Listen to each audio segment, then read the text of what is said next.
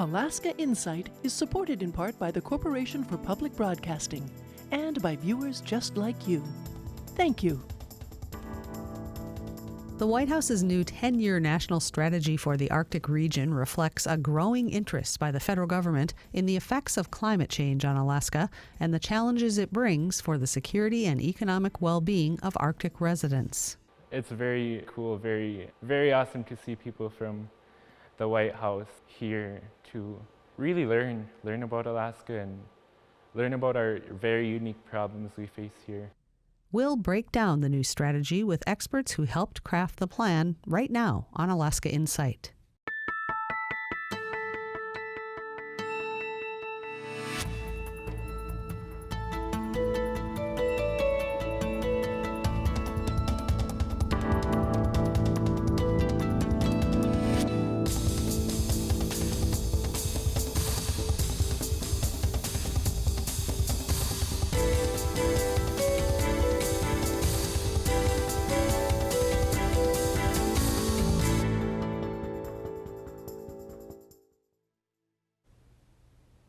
Good evening.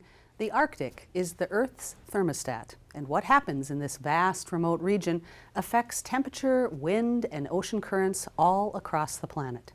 It is also home for people who have thrived there for generations.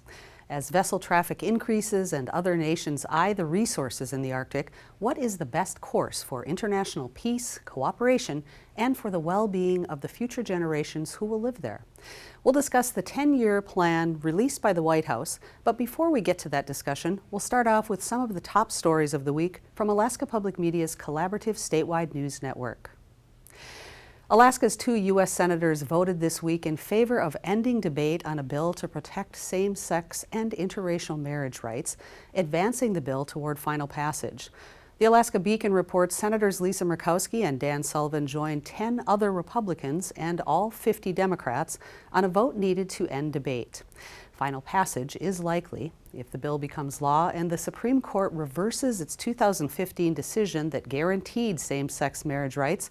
States would be allowed to choose whether to ban same-sex marriage. The law would, however, require states to recognize same-sex marriage from other states. In Alaska, the state constitution still contains an amendment prohibiting same-sex marriage. That amendment has been legally suspended since 2014, but could be reactivated if the Supreme Court reverses itself. Residents of Western Alaska now have 2 extra weeks to apply for state and federal disaster assistance as recovery efforts from ex-Typhoon Merbok are ongoing in various communities. The Federal Emergency Management Agency, or FEMA, announced last week that it's extending the application deadline for disaster assistance to December 6th. This is the second time the disaster assistance deadline has been extended since a federal disaster was first declared on September 23rd. Anchorage School District administrators are no longer recommending eliminating language immersion programs as part of a plan to balance its budget.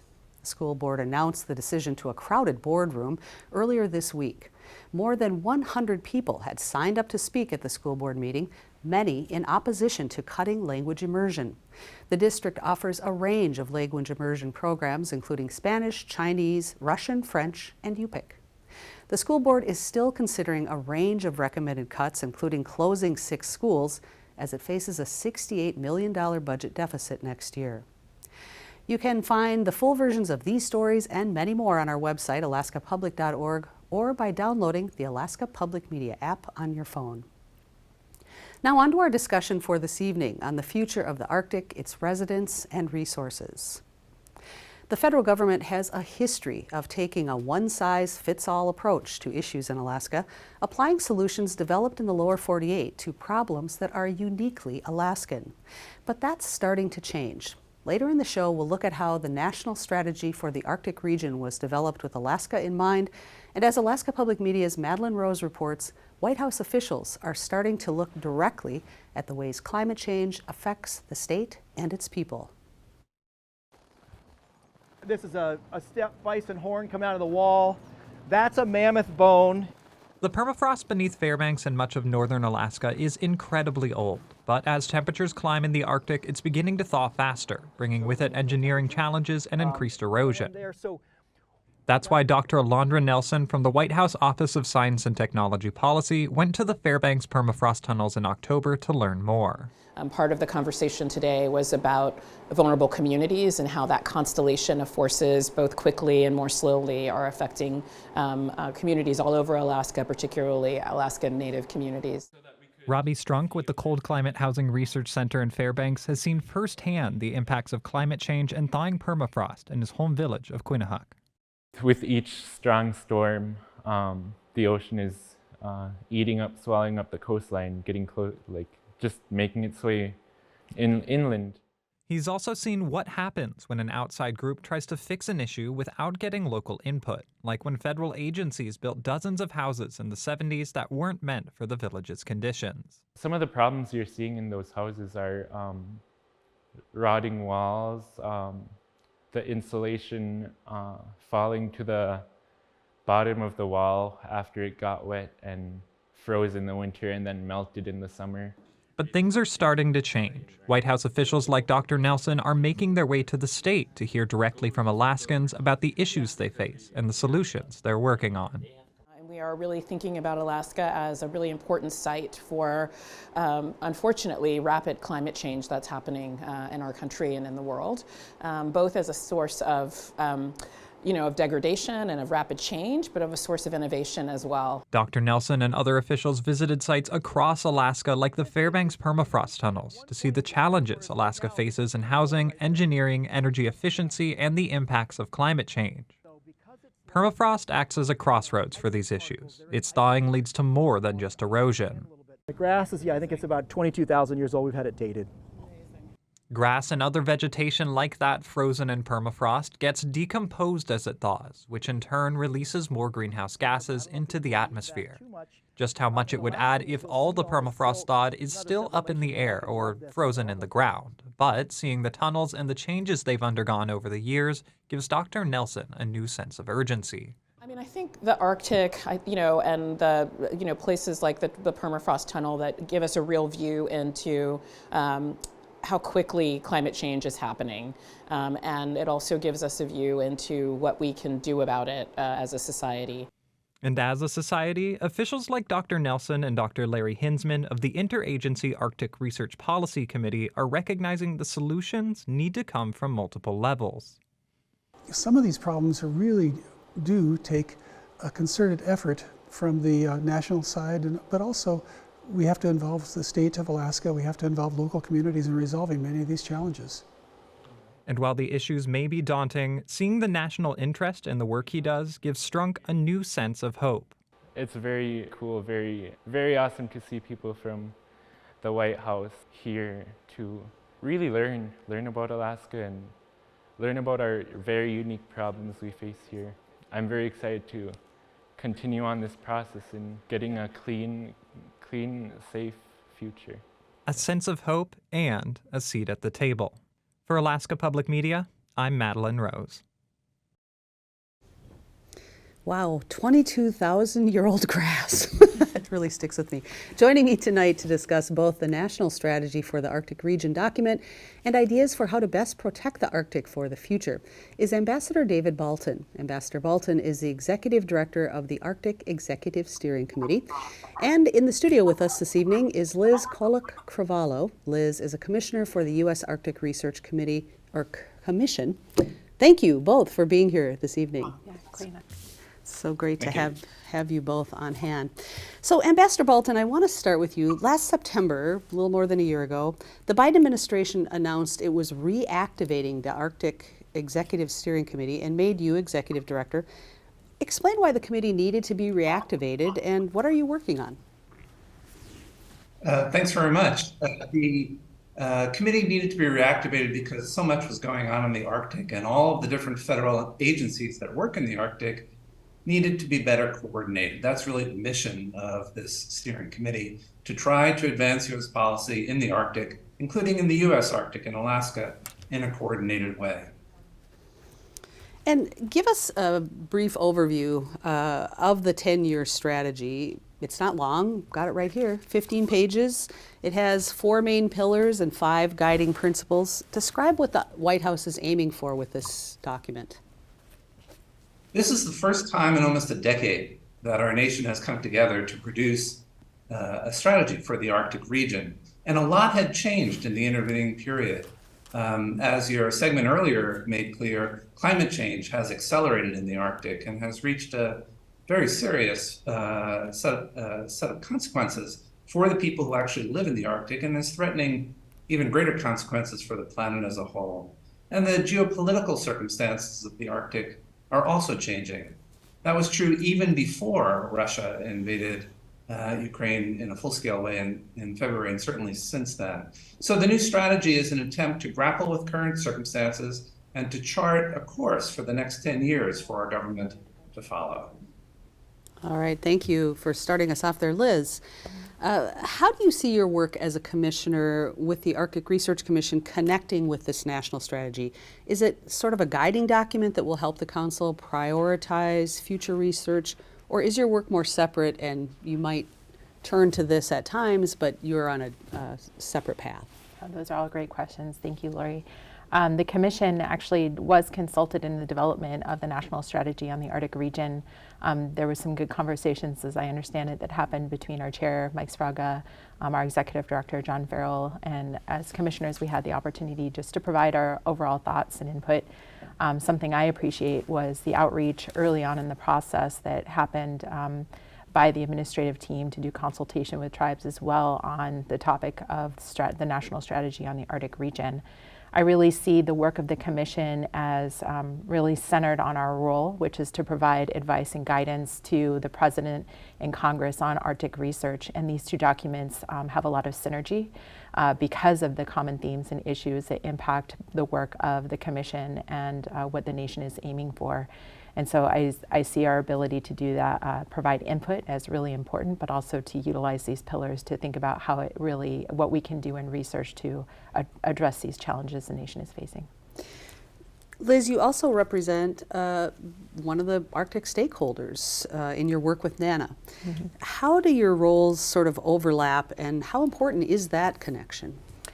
So my role at NANA is I serve as the Vice President of Lands. A lot of my work is focused on working with communities on things like providing land for community use, addressing challenges related to subsistence, but also looking at how we as an organization can positively impact our shareholders and have sustainable economic development in the region. Research, the way I see the synergy between that work and the Commission is really that there's a lot of knowledge on the ground about the impacts of climate change on our region and our communities, the need to adapt. We see it locally. It's very important, and research has an important role to play in the development of public policy. So through the work of the Commission, I'm trying to bring in my knowledge and experience to provide recommendations, but also learn and then bring information back to the broader community in Alaska through my seat, which is an industry seat. So I think there's a lot of synergy there, and I really appreciate my fellow commissioners who are on the Commission. Yeah, it seems like a really important connection to be in both roles. Ambassador Bolton, the White House announced plans to appoint an ambassador at large for the Arctic region earlier this year. What can you tell us about what the idea is for this position, and are there people under consideration? Lori, the idea is not entirely new. Indeed, Senator Murkowski and others have been calling for the State Department to appoint an Arctic ambassador or a similar position for some time. There have been people who have served in capacity at the State Department like that in the past, but none with that exact title. And this summer, for the first time, yes, the State Department announced that it would appoint an ambassador at large for Arctic affairs. I believe the vetting process is still underway. The person, whomever is nominated, would require Senate confirmation before he or she could take that post. I think the idea is the person, once in place, can pursue the highest level of diplomacy we have in the Arctic and reach out to other Arctic nations, other nations that have interests in the Arctic, and advance U.S. policy through personal diplomacy. Where is the process with that? Is it just an idea at this point? No, it's more than simply an idea. There is a commitment to nominate such a person. But it's my understanding that a number of people are under consideration. And I think before long, we will hear an announcement by the president that he has nominated somebody for the position, and then it would be up to the Senate to consider confirmation. So Liz, as an Inupiaq person from an Arctic community, what are your thoughts about an Arctic ambassador position, and do you have ideas for who you'd like to see in such a role? Oh my goodness, that's a great question. I'm excited. I think when we heard the news come out that this position was being put forward, this is something I think that has been broadly supported and can really benefit a lot of what needs to happen in the international scale. I think sometimes we lose sight of the fact that the majority of our indigenous people in Alaska are pan-Arctic or cross many borders. We're not just limited to Alaska.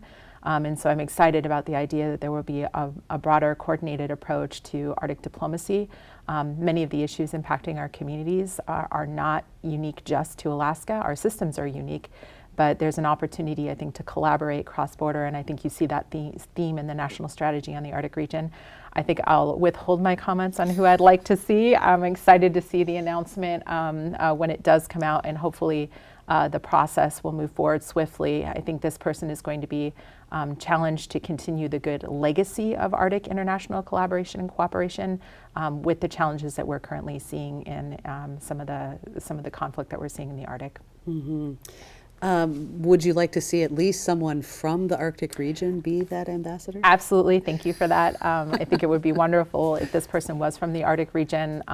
It'd be great to see an Indigenous person in this role. However, I think we'll see what comes out of this process. All right, thank you. As we're talking about this national strategy for the Arctic region, in the background, the COP27 meetings have been going on. Today is the last day, I understand it.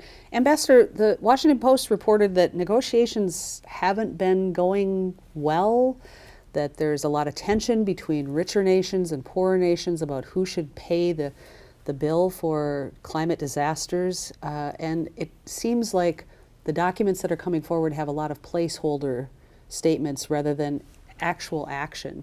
And some climate activists are saying it's like rearranging the deck chairs on the Titanic rather than turning the ship. What are your thoughts about what's happening there, and will there be some concrete action going forward? My understanding is that the negotiations are going into overtime, to use a sports metaphor, that the diplomats are still working to try to resolve remaining issues. Yes, you put your finger on, I think, what is the key source of unresolution at this point, namely the claims for compensation and loss from climate change that the poorer countries are requesting of the richer countries. My own feeling is that there probably will be some sort of resolution of that matter. But the bigger question that you're asking is, what are we doing as a nation and as a world to try to combat climate change in the first place? I think it's fair to say that, at least in this administration, we have embraced the crisis. We have come to see it as an existential threat. President Biden has called it as much. And through legislation that Congress has passed recently, we actually now have some new funding to try to move away from fossil fuels and toward a cleaner economy moving forward. That's my source of hope. All right, it seems like there's a lot more to be done.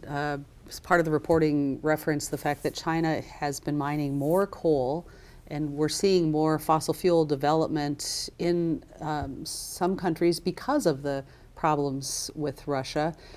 How does that all shake out, do you think?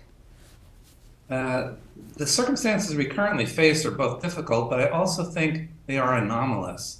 The war in Ukraine has required a scramble to find other sources of energy that had been provided by Russia. Europe in particular is scrambling to do that. But over the long term, I think the war is teaching us that we really do need to wean ourselves off fossil fuels more quickly and have a more dependable and greener energy mix available to us. Ambassador, the four pillars of the national strategy, the first one is security. Was it always the first one, or did it move up in priority because of Russia's aggression? Certainly the security situation has changed because of Russia's aggression. And so some of the language that you see in that pillar of our strategy is different from the way it was written before February initially. Security is, however, an ongoing interest of the United States in the Arctic, and that was true even in the last strategy and the strategy before that. We want to try to keep the Arctic peaceful, stable, and cooperative, also prosperous. I should say that the Arctic still is, in my estimation, a low-threat region in the world. I don't actually think the risk of armed conflict in the Arctic is very significant. However, there are tensions in the Arctic springing from Ukraine and the inability to work with Russia now in the Arctic. And I do worry that the threat of unintended conflict in the Arctic has actually increased. Liz, when the Arctic Research Commission is considering areas of research, is military buildup or the prospect of it part of what you're recommending needs to be studied? We know that Russia has been building up along their coast militarily. What are you thinking about at the commission level about these things?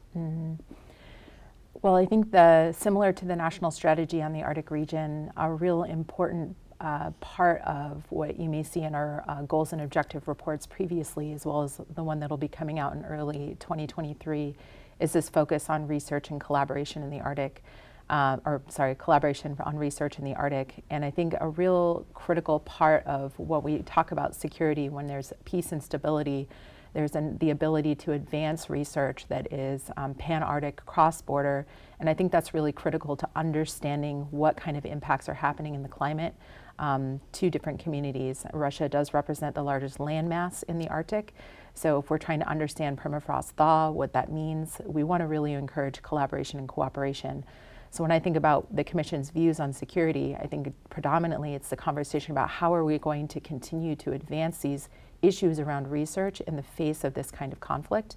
I think certainly the question around what does the geopolitics of the region is in an area of study that's important, but also economics. What does this mean for the economy of the Arctic? What does this mean as we talk about moving towards green energy, especially in the face of so many parts of the Alaskan Arctic, which don't have very low-cost energy, right? So what does this really look like?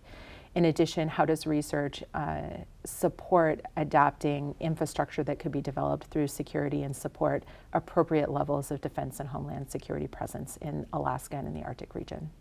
We've been talking a lot about national and international work and cooperation, but what do you think the state should focus on in the future for the northern part of Alaska that is the Arctic region? Well, something I really appreciate is that the state of Alaska is very involved with the U.S. Arctic Research Commission. We do get input from the state on a regular basis and their views. I know we've had Commissioner Doug Vincent Lang participate, providing input on anything related to wildlife management in the region. I think the state has also recognized that there are challenges related to infrastructure that need to be addressed, and one is support research, collaboration, and cooperation. And so from my point of view, for the state of Alaska, I think continuing down that path of encouraging collaboration and cooperation is really critical. How are we going to take that research and implement it to support community adaptation? We have communities that are, of course, dealing with coastal erosion, but also in river systems dealing with challenges with subsistence. So I think the state is appropriately at the table talking about these issues and thinking about how we can take research and use it across all of these areas to address hazards, the infrastructure like I talked about, and the human health and well-being concerns. A lot to consider. In our final couple of minutes here, Ambassador, this is a document that's at a high level. It doesn't have a tremendous amount of detail. It's sort of setting the guideposts. What do you want to see in the next 5 years as the top 3 priorities for the Arctic? I'm not sure I could bring it down to 3 because there are many different things in the national strategy that we have committed to. We need now to figure out the next steps for each of those things. What are the timelines? What are the resources we will need to bring to bear? Who are our partners in doing the things that we've now committed to do? And one of those partners, as Liz was just saying, is the state of Alaska itself. There are any number of things that need doing in the Arctic region of Alaska where the federal government and the state government should be able to work together. And I'm looking forward to reaching out to the leadership of the state, especially now that the elections are passed, and talking about how we can work together to do the things that are required. And how about for you, Liz? What are the emerging, what do you see as urgent for the next few years here? Absolutely. I think some of the themes that you'll see just from a commission perspective briefly are going to be conversations and recommendations around environmental risks and hazards, human health and well-being, infrastructure, the economics of the Arctic region, encouraging research in that area, and really the need to ensure that we're encouraging research, cooperation, and collaboration, and that's across borders, but also with Indigenous populations. I think me personally as an individual, my perspective is that we have a need to see Alaska and the Arctic region adapt to a new economic environment and consider how we pursue infrastructure that really works for communities so that we can adapt to the big challenges that are being faced by our communities. All right, well, thank you so much. This time goes by far too quickly. Thank you, Liz and Ambassador Balton, for being here. Commissioner Cravalho, I should say. That's it for this edition of Alaska Insight. Visit our website, alaskapublic.org, for breaking news and reports from our partner stations across the state. While you're there, sign up for our free daily digest so you won't miss any of Alaska's top stories of the day. Alaska Insight will be taking a break over the holiday season. We'll be back with the first episode in the new year on Friday, January 13th. For all of us here at Alaska Public Media, we hope you have a safe and happy holiday season and a great start to the new year.